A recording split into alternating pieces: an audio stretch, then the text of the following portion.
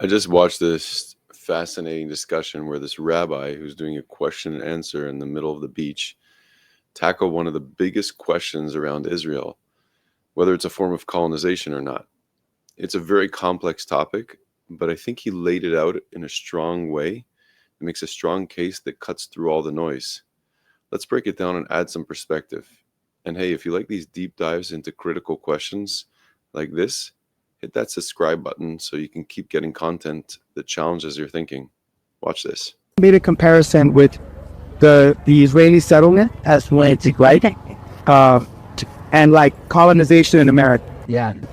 And I want to know, like, what is the why is that comparison inappropriate?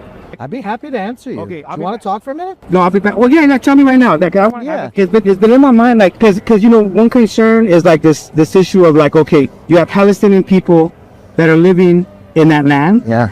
and then you understand what happened, World War II, the Holocaust, all that. Yeah, but what gives the Jews the right to just come in there? Maybe let me try to give you an example.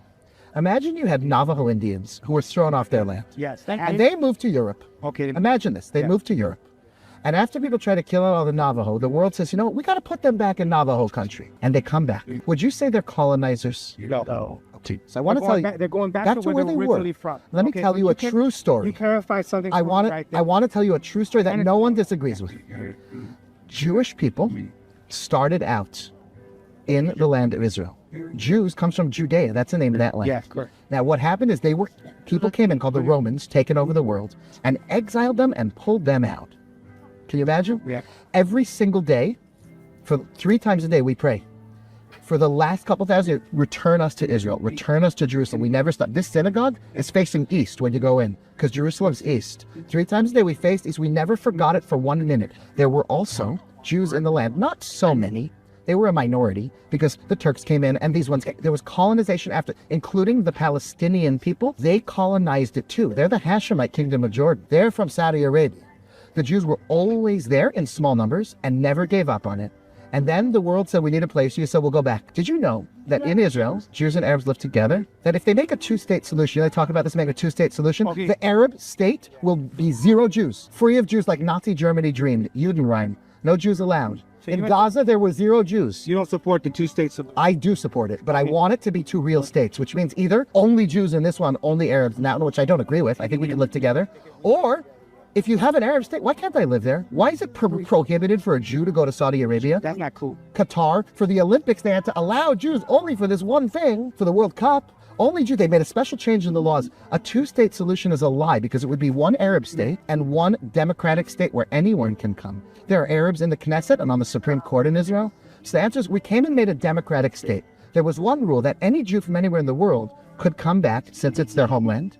It was colonized before by the British. There was never a Palestinian country with a flag or a coin. If you see a coin that says Palestine, it's a Jewish coin and it's got Hebrew letters on it. But somehow they feel that that's also their sort of... And they're welcome. Right? They are welcome. Do you understand? They're welcome. Just don't try to kill everyone you see.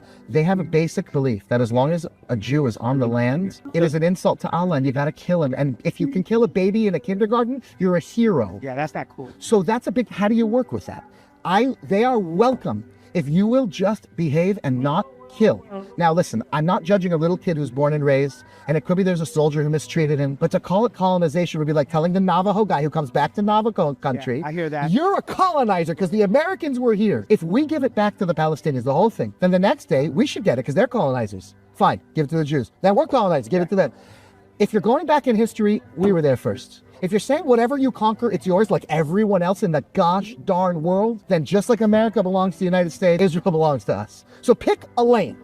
Is it whoever was there first? We win based on archaeology, based on history. It's undeniable. That being said, you're welcome. There's Christian sites, there's Muslim sites, and there's Jewish sites. And if you just won't blow yourself into pizza toppings, you can cut. I agree with what we're saying. Like all that makes sense. And thank you for clarifying that. Sure. It makes sense. It's a good, I want to tell you what, it's a good question. Because if everyone in the country is talking about it, and you're hearing it from one side or the other side, it's fair to ask a rabbi and say, just make your case. Yeah. So one thing. This rabbi made such a key point that I think people often overlook is the Jewish connection to the land of Israel isn't just a modern political issue, which it's been made out to be. It's a historical and spiritual one. He explained it so nice with this example of the Navajo people. Imagine if a nation tried to wipe them out, and after years of exile, they returned to their ancestral lands. Would we call them colonizers? Of course not. They're reclaiming what was always theirs. The same is true for the Jewish people. We were exiled by the Romans, but for over 2,000 years we prayed 3 times a day that we would be able to return to our homeland. And when that return finally happened, it wasn't to colonize someone else's land, it was to come home. Sure, there were others living there, but Jews were always present in small numbers, even through waves of different conquests by empires like the Ottomans and the British. Now, this doesn't mean that coexistence isn't possible. The rabbi made it clear. Jews and Arabs live and work together in Israel. This is happening today.